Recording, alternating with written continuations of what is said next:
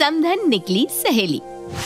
किस तरह कैकेयी के कानों को भरकर मंथरा ने कैकेयी के पूरे परिवार को विपत्ति में डाल दिया था, इससे तो हम सब वाकिफ है। पर ऐसी ही कोई सहेली, पड़ोसी या रिश्तेदार हमारे आसपास भी होती है, जो हर वक्त हमारे ही घर के किसी न किसी सदस्य के कानों को भरती रहती है। पहले तो सब कुछ सामान्य ही लगता है, पर जिस दिन उनकी बातें हमारे चरित्र में उतरने लग जाती है, वो हमारे चरित्र के साथ साथ हमारे परिवार के भी पतन का कारण बन जाती है। और कुछ ऐसी ही कहानी आज मैं आपको सुनाने जा रही हूँ। तो कहानी शुरू होती है सावित्री निवास से, जहाँ सुबह सुबह सावित्री पूजा पाठ कर आराम से सोफे पर बैठकर अपनी बहू को कामकाजी होने के फायदे बता रही थी। औरतों का तो धर्म ही होता है बहू, सास ससुर की सेवा करना, पति का ध्यान रखना, ऐसे ही तो घर चलता है। मैं भी जब ब्याह करके आई थी ना, तो मुझे भी ये सारे काम बोझ लगते थे, पर फिर धीरे धीरे इसी को जीवन मान लिया मैंने। हाँ मम्मी जी, आप बिल्कुल ठीक कह रही हैं। जब तक अपने ससुराल को हम अपना घर नहीं मानते, तब तक कुछ ठीक हो ही नहीं सकता। इस बात को कभी भूलना मत बहू, तुझे यह घर समेट कर चलना है, सभी को साथ लेकर चलना है। चल, इसी बात पर मुझे अब एक कप चाय पिला दे। जी माँ जी, अभी लाई। और एक अच्छी बहू की तरह उमा अपनी सास की हाँ में हाँ मिलाती हुई रसोई में चाय बनाने चली जाती है। और मुश्किल से उमा को रसोई में गए 2 मिनट भी नहीं होते कि सुमित्रा की सहेली सुषमा वहां पहुंच जाती है। और कैसी है सुमित्रा? बहू से खूब सेवा करवा रही है। अरे बहू से क्या, मैं तो अपनी बेटी को भी बिल्कुल इसी तरह से काम करना सिखाती हूँ। अरे भैया, आगे जाकर एक घर संभालना है उसे। 7 बजे से 7 मिनट की भी देरी हो जाए ना, तो दरवाजे के बाहर खड़ी हो जाती हूँ मैं। कैसे ना दरवाजा खोलेगी? ये सारी चीजें आदत में लानी ही पड़ती है। बढ़िया है भाई, बहुत अच्छी बात है। यहाँ तू 7 बजे उसे उठा रही है, वहाँ उसकी सास उसे सोने ही नहीं देगी। खैर मुझे क्या, तुझे जो सही लगे कर, मैं चलती हूँ। ये कहकर सुषमा वहां से चली जाती है। पर उसकी बातें सुनकर सुमित्रा के मन में हलचल मच जाती है, मानो जैसे वो कुछ गलत कर रही हो। अरे प्रीति, कहाँ रह गई तू? हाँ मम्मी, अभी आई। बोलो मम्मी। कपड़े धो लिए बेटा? वही तो धो रही थी मम्मी, बोलो। सुबह से उठकर तेरी भाभी ने सभी को नाश्ता दे दिया, घर में झाड़ू पोछा सब कर लिया, और तू अभी तक बस कपड़े ही धो रही है। इस तरह से अपने ससुराल में काम करेगी क्या? शादी मजाक नहीं होती बेटा। आज मेरी बात तुझे बुरी लग रही होगी, पर अगर तेरी सास कड़े स्वभाव की निकली ना, तो तेरा जीवन बहुत मुश्किल हो जाएगा बेटा। इसीलिए कहती हूँ, आदत डाल ले। चल अब जल्दी जल्दी हाथ चला और फटाफट कपड़े धोकर रसोई में जाकर अपनी भाभी की मदद कर। जो ननद आराम फरमाती है, वो अपनी भाभीयों के कलेजे पर रखे बड़े पत्थर के समान हो जाती है। तो अपने मायके में अगर अपनी इज्जत रखनी हो, तो हाथ पैर चलाते रहना चाहिए। अरे सुमित्रा जी, इतना क्या समझना इसे। ससुराल जाएगी तो खुद ही सब कुछ धीरे धीरे सीख लेगी। आप कौन सा सब कुछ सीख कर आई थी यहाँ? 18 साल की थी आप जब मेरे घर आई थी, भूल गई क्या? कैसे माँ ने सब कुछ आपको सिखाया था। हाँ, अभी तो आप इस पर प्यार लुटा देंगे, पर जब ससुराल में से कोई नहीं मिलेगा, तब ये क्या करेगी? अपने ससुराल में जाकर ये कोई काम नहीं कर पाएगी और इसे इसकी सास के ताने सुनने पड़ेंगे। उस वक्त ये खुद सोचेगी कि मेरी माँ ने मुझे कुछ क्यों नहीं सिखाया। उसी शाम सुमित्रा दूध लेने बाजार जाती है, जहाँ उसे सुषमा मिलती है। अरे भाई, मैंने तेरी बहू की सुबह तारीफ क्या कर दी, उसने तुझे अकेले ही दूध लाने भेज दिया। ये कोई बात हुई भला? 1 नंबर की कामचोर है तेरी बहू। अरे नहीं नहीं, ऐसी बात नहीं है सुषमा, तू भी क्या हर चीज को गलत तरीके से लेती है। सच बोल रही हूँ सुमित्रा, मानना है तो मान, वरना मुझे क्या। अपनी बहू को ना जरा दबा कर रख। जिस तरह वो आराम फरमाती है और प्रीति से काम करवाती है, राम राम राम। प्रीति की हालत देख कर ही मुझे तो बेचारी पर तरस आता है। सुबह से रात तक बेचारी काम करती रहती है, इतनी सीधी लड़की। ऐसी रात और शादी के बाद इसके ससुराल वाले तो इसे खा ही जाएंगे। तू नहीं जानती आजकल ससुराल वाले कैसे हो गए हैं। हमारी प्रीति तो इतनी सीधी है कि अगर इसके सास ससुर उस पर हाथ भी उठा देना, तो वो उस बात को भी खून का घूंट समझकर पी जाएगी। दुनिया बदल रही है सुमित्रा, अपनी बेटी को मजबूत बना, ताकि वो अपने ससुराल में सभी की आंखों में आंख मिलाकर बात कर सके। बिल्कुल सच कह रही है तू। अनजाने में मैं अपनी बेटी के साथ बहुत गलत कर रही थी सुषमा। तूने तो मेरी आंख खोल दी। मैं तो आज भी पुराने जमाने की सोच लेकर चल रही थी। मुझे क्या पता था कि लोग अपनी बहुओं को जला कर मार रहे हैं। अब मैं अपनी बेटी को और बेचारी नहीं बनाऊंगी, उसे ऐसा बनाऊंगी कि वो अपने पति, अपने सास ससुर सभी के सामने अपनी बात रख सके। ऐसी बनेगी मेरी प्रीति कि उसके ससुराल वाले उससे थर थर कांपेंगे। कोई कुछ ना कह सकेगा, ना कुछ गलत कर सकेगा उसके साथ। और उस दिन के बाद से सुमित्रा का व्यवहार प्रीति की तरफ पूरी तरह बदल जाता है। वो प्रीति को उल्टा बोलना सिखाती, बदतमीजी करना सिखाती और हर समय अपना झंडा ऊंचा रखने की ट्रेनिंग देती। सुबह प्रीति 8 बजे अपने कमरे से बाहर आकर घर के कामों में लग जाती है। नौकरानी है क्या तू इस घर की? है जो 7 बजे बोल दिया तो 8 बजे उठी जाएगी? बिल्कुल नहीं, आराम से 10-11 बजे तक अपनी नींद पूरी करके उठाकर। और ऐसा ही व्यवहार अपने ससुराल में भी रखना बेटा। कोई कुछ भी कहे, किसी की बात मत सुनना, करना अपने मन की। अचानक आपको क्या हो गया है मम्मी? पर जो भी है, मुझे ये वाली मम्मी बड़ी अच्छी लग रही है। वैसे मैं ना आपको कुछ बताना चाहती थी। मैं एक लड़की को पसंद करती हूँ और यहाँ प्रीति अपनी माँ को उस लड़की के बारे में बताती है और करण अपनी माँ को। तुमने खुद ही लड़की पसंद कर ली, चलो अच्छा हुआ, एक काम तो खत्म हुआ। अब ये भी बता दो लड़की कौन है? करण अपना फोन निकालकर प्रीति का फोटो अपनी माँ को दिखाता है, जिसे देखते ही सुषमा के तो होश उड़ जाते हैं। वो करण का हाथ पकड़े सीधा सुमित्रा के घर पहुंच जाती है। तो तेरी सीधी सादी बेटी के चेहरे के पीछे ये शातिर दिमाग था।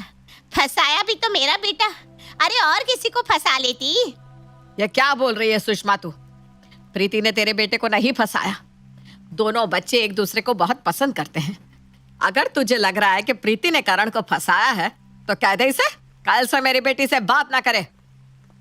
प्रीति नहीं तो कोई नहीं मम्मी, अगर प्रीति से मेरी शादी नहीं हुई तो तुम्हारा इकलौता बेटा हमेशा कुंवारा रह जाएगा, याद रखना। ये तो बड़ी मुसीबत हो गई। खैर प्रीति ज्यादा दिमाग वाली लगती नहीं। जब सुमित्रा ही दिमाग से पैदल है तो उसकी बेटी कितना ही दिमाग चलाएगी। एड़ी के नीचे रखूंगी इसे और हमेशा की तरह मेरे घर में मेरा ही राज चलता रहेगा। सुषमा को हमेशा की तरह अपने घर में अपनी हुकूमत रखनी थी, पर इसमें वो अपने बेटे को खोने का रिस्क भी नहीं ले सकती थी। इसलिए वो इस रिश्ते के लिए राजी हो जाती है और प्रीति बहू बनकर सुषमा के घर आ जाती है। गृह प्रवेश के वक्त इस थाल में पैर रखकर अंदर आ जाओ बहू। अंदर तो मैं आ जाऊंगी मम्मी जी, पर उसके आगे वाली रस्म आप मत भूल जाइएगा। ससुराल में बहुएं तो अपनी रस्म निभा लेती हैं, पर सासू माँ हमेशा अपनी रस्में स्किप कर देती हैं। आगे वाली कौन सी रस्म बहू? वही घर की चाबी बहू को देने वाली रस्म मम्मी जी। भोली भाली प्रीति के मुंह से ये बात सुनते ही सुषमा के तो होश ही उड़ जाते हैं। पर सभी मेहमानों के सामने उसे अच्छी सास बनने की एक्टिंग भी तो करनी थी, इसलिए वो खुशी खुशी प्रीति को घर की चाबी दे देती है। शादी के तुरंत बाद होने वाली रस्मों में ही पहला दिन तो निकल जाता है। अगली सुबह काम में जाने के लिए करण ठीक 7 बजे रोज की तरह उठ जाता है और सुषमा जी हमेशा की तरह 9 बजे उठती हैं। उठते ही अपनी बहू को आवाज लगाती है, प्रीति चाय देना। प्रीति चाय। चाय किससे मांग रही है आप सुषमा जी? बहू तो आराम से अपने कमरे में सो रही है। उसकी इतनी मजाल, सुबह के 9 बजे तक बिस्तर पर पड़ी हुई है। ये उसका ससुराल है कि कोई वेटिंग रूम? अब सास अगर 9 बजे तक सोएगी तो बहू तो 10-11 बजे तक सो ही सकती है। गुस्से में सुषमा अपनी बहू के कमरे में जाती है और उसके ऊपर से कंबल खींचती हुई कहती है, उठती है कि नहीं? उठ भी सकती हूँ और मुझे उठाने वाले को सुला भी सकती हूँ, तो ज्यादा मेरे सर पर बैठकर नाचने की जरूरत नहीं है मम्मी जी। 11 बजे के पहले मुझे उठने की आदत नहीं है। नए ससुराल में अगर मैं एडजस्ट कर रही हूँ तो आप भी जरा एडजस्ट कीजिए। 10 बजे मैं अपने कमरे से बाहर आ जाऊंगी, तब तक आप भी एक नींद ले लीजिए। पहली बार सुषमा के खिलाफ किसी को बोलता देख संतोष की तो हंसी निकल जाती है और गुस्से से सुषमा अपने बहू के कमरे से बाहर आ जाती है। गेट लगाते जाइएगा मम्मी जी। अपने कहे मुताबिक प्रीति 10 बजे अपने कमरे से बाहर आकर किचन में काम करने चली जाती है। वो सबसे पहले अपने सास ससुर के लिए नाश्ता बनाती है और नाश्ता डाइनिंग टेबल पर लगाकर खुद भी नाश्ता करने बैठ जाती है। बहू रोटी। वहीं डाइनिंग टेबल पर पड़े हॉट केस से प्रीति एक रोटी निकालकर अपनी सास के प्लेट में रखती है। पर सुषमा को तो अपनी बहू को परेशान करना था, इसलिए वो फौरन उस रोटी को खाने से मना करते हुए कहती है, ये रोटी देगी तो मैं भूखी रह लूंगी बहू। मुझे गर्मा गर्म रोटियां खाने की आदत है। जरा एक रोटी सेक कर ला दे। किसी भूखे के साथ मैं अन्याय नहीं कर सकती मम्मी जी, आप 2 मिनट बैठिए, मैं अभी रोटी सेक कर लाती हूँ। प्रीति किचन में जाकर अपनी सास के लिए रोटी बनाकर लाती है और जैसे ही प्रीति उस रोटी को अपनी सास को परोसती है, अरे रे, सब्जी तो ठंडी हो गई, अब कैसे खाऊं? जरा सब्जी गरम करके ला दे बहू। प्रीति जैसे ही किचन से सब्जी गरम करके बाहर लाती है, सुषमा फिर से उससे एक रोटी मांगती है। अपने बेटे से ब्याह कर आप एक बहू लेकर आई हैं मम्मी जी, एक रोटी मेकर तो नहीं लाई। अब से अगर आपको खाना खाना हो तो पहले ही मेरे साथ किचन में आ जाया करिए। मैं वहीं आपको गर्मा गर्म रोटियां उतार कर देती जाऊंगी और अगर सब्जी ठंडी हो गई हो तो आप फौरन गैस पर चढ़ाकर गर्म कर सकती हैं। कहते हैं ना, दूसरों के घरों को फोड़ने वाले लोगों का घर भी कभी ना कभी जरूर फूटता है। अपनी सहेली को गलत पट्टी पढ़ाकर सुषमा जिस प्रीति को उसके ससुराल में गलत व्यवहार करने की ट्रेनिंग दिलवा रही थी, किस्मत से वही प्रीति उसी की बहू बनकर उसी के साथ गलत कर रही थी। पर प्रीति की ये हरकतें सिर्फ सुषमा के अगेंस्ट नहीं, सबके अगेंस्ट होती जा रही थी। बहू, सुबह से मेरा फोन नहीं मिल रहा है, तूने देखा है क्या कहीं? मतलब आपको लगता है कि मैं चोर हूँ?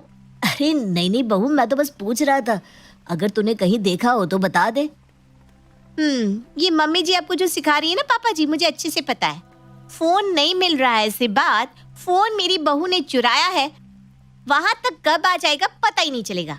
इसलिए अपने सामानों का ध्यान आप खुद रखिए। मैंने सबकी चीजों का ध्यान रखने का ठेका नहीं ले रखा।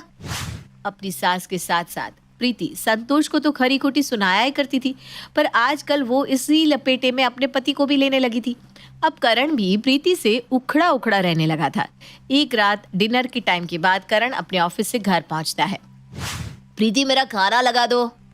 हाँ, यहाँ तो होटल खोल रखा है ना मैंने, जब जिसकी मर्जी होगी तब वो आएगा। 8 बजे ऑफिस ओवर होता है तुम्हारा और अभी कितने बज रहे हैं? 10:30। फिर तुम कहोगी रास्ते में कोई दोस्त मिल गया था। कौन सा दोस्त? हाँ, 2.5 घंटे तक बात करता है क्या? और मिल ही गया था दोस्त तो उसके घर चले जाते। आजकल तुम्हारी दोस्ती कहाँ बढ़ रही है, मैं अच्छे से समझ रही हूँ। अरे नहीं खाना यार, मुझे खाना। कितना सुनाती हो। जब बाहर कोई खिलाने वाली मिल गई हो ना तो बीवी के हाथ का खाना तुम्हें कहाँ अच्छा लगेगा। प्रीति अब अपने ससुराल में इतनी हुकूमत चलाने लगी थी कि करण का उसके साथ एक कमरे में सोना भी दुश्वार हो गया था। उसे अपना रिश्ता अब कहीं टूटा हुआ लग रहा था और इससे परेशान होकर वो प्रीति की भाभी को कॉल करता है। पता नहीं भाभी, प्रीति को क्या हो गया है। वो ऐसी कभी नहीं थी, बहुत सीधी सादी थी, इसीलिए तो मैं उसे बहुत पसंद करता था। पर न जाने वो ऐसा क्यों बिहेव कर रही है। कुछ ऐसा ही मेरी मम्मी पापा के साथ भी करती थी। बचपन से मैंने यही देखा है। पति पत्नी के बीच प्यार देखना मुझे नसीब ही नहीं हुआ, इसलिए मैं चाहता था कि मैं और मेरी पत्नी हमेशा एक साथ बराबरी से रहे, पर शायद मेरी किस्मत में वो भी नहीं है। मुझे नहीं लगता कि ये रिश्ता अब ज्यादा दिन चल पाएगा। नहीं नहीं जीजा जी, ये सब मत कहिए, मैं अभी मम्मी जी से बात करती हूँ, वो समझाएंगी प्रीति दीदी को। नहीं भाभी, वो क्या ही समझाएंगी, ये सब उन्हीं का तो किया धरा है। न जाने क्यों वो अपनी बेटी की बसी बसाई जिंदगी में आग लगाना चाहती है। मैं कल घर आ रहा हूँ मम्मी जी से बात करने। न जाने मम्मी जी क्यों हर वक्त प्रीति के कान भरती रहती है। जब देखो वो मम्मी जी से कुछ न कुछ सलाह लेती रहती है और उसके बाद ही उसकी हरकतों में बदलाव दिखने लगता है। इसमें प्रीति की नहीं, मम्मी जी की गलती है। मेरी प्रीति तो बड़ी भोली थी भाभी। आपकी प्रीति तो भोली ही है जीजा जी, जैसा मम्मी जी कहती थी वो वैसा ही करती थी। दीदी और पढ़ना नहीं चाहती थी, इसलिए मम्मी जी उसे एक अच्छी बहू बनने की ट्रेनिंग देने लगी, क्योंकि तब तक दीदी ने किसी को बताया नहीं था कि वो आपको पसंद करती है। मम्मी जैसा मेरे साथ बर्ताव करती थी वैसा ही प्रीति के साथ, दोनों में कोई भेदभाव नहीं रखा उन्होंने। पर फिर आपकी मम्मी रोज रोज हमारे घर आने लगी। वो हमेशा मम्मी जी से कहती कि अपनी बेटी को ऐसा बनाओ कि वो अपने सास ससुर को दबा कर रखे, वरना ससुराल वाले प्रीति दी को नौकरानी बना देंगे। और एक ही बात सुनते सुनते एक दिन मम्मी जी के मन में घर कर गई और तब से मम्मी जी ने प्रीति दीदी को एक ऐसी बहू बनने की ट्रेनिंग देनी शुरू कर दी जिससे उसके ससुराल वाले उन्हें कभी दबा ना सके। मम्मी जी घबराई हुई है और दीदी तो वही कर रही है जो मम्मी जी उन्हें कह रही हैं। किसी ने सही कहा है, दूसरों के घर को जलाने वाले का घर सबसे पहले जलता है। मम्मी किसी और का घर जलाना चाह रही थी और उन्होंने अपने बेटे का ही घर जला दिया। करण फौरन प्रीति का हाथ पकड़े अपनी माँ के पास आकर कहता है, ऐसा क्यों किया मम्मी? तुमने क्यों मेरे घर में आग लगाई? कितना प्यार करती थी मेरी पत्नी मुझसे, तुमने मेरी प्रीति ही छीन ली मम्मी। प्रीति, ये सब मेरी माँ का किया धरा है। इन्होंने तुम्हारी माँ के मन में ये बात भर दी थी कि लड़कियों को बदतमीज होना चाहिए, अपने सास ससुर को कंट्रोल में रखना चाहिए, अपने पति को अपने पैरों के नीचे दबा कर रखना चाहिए, क्योंकि मम्मी ने हमेशा वैसा ही किया। पर ऐसा करके क्या वो एक अच्छी बहू बन पाई, एक अच्छी बीवी बन पाई? बिल्कुल नहीं। और आज वो एक अच्छी माँ भी साबित नहीं हो पाई। क्या तुम्हें मेरी माँ जैसा बनना है प्रीति? आई एम सो सॉरी करण। पापा जी, मम्मी जी, मुझे माफ़ कर दीजिए। मुझे अपने घर जाना चाहिए करण। मुझे मेरी मम्मी को भी समझाना होगा कि उनके मन में जो फितूर भरा गया है वो कितना गलत है। रिश्ते किसी पर दबाव बनाकर नहीं चलाए जाते, घर तो प्यार से चलते हैं। और आपको भी खुद के नेचर में चेंजेस करने की ज़रूरत है मम्मी जी, वरना एक दिन सभी आपको छोड़कर चले जाएंगे। तेरी हरकतें देखकर ही मुझ में बदलाव आ गया था बहू। मैं समझ गई कि मैं आज तक सभी के साथ कैसा बर्ताव करती आई थी। संतोष जी, मुझे माफ़ कर दीजिए। करण बेटा, माफ़ कर देना मुझे। आज से मैं प्रीति को अपनी बेटी बना कर रखूंगी और मैं आपको अपनी माँ। और कुछ इस तरह सुषमा को अपने किए का फल मिल जाता है, करण को अपनी भोली प्रीति वापस मिल जाती है और संतोष को अपनी सुषमा। देर से ही सही सब कुछ अच्छा हो जाता है।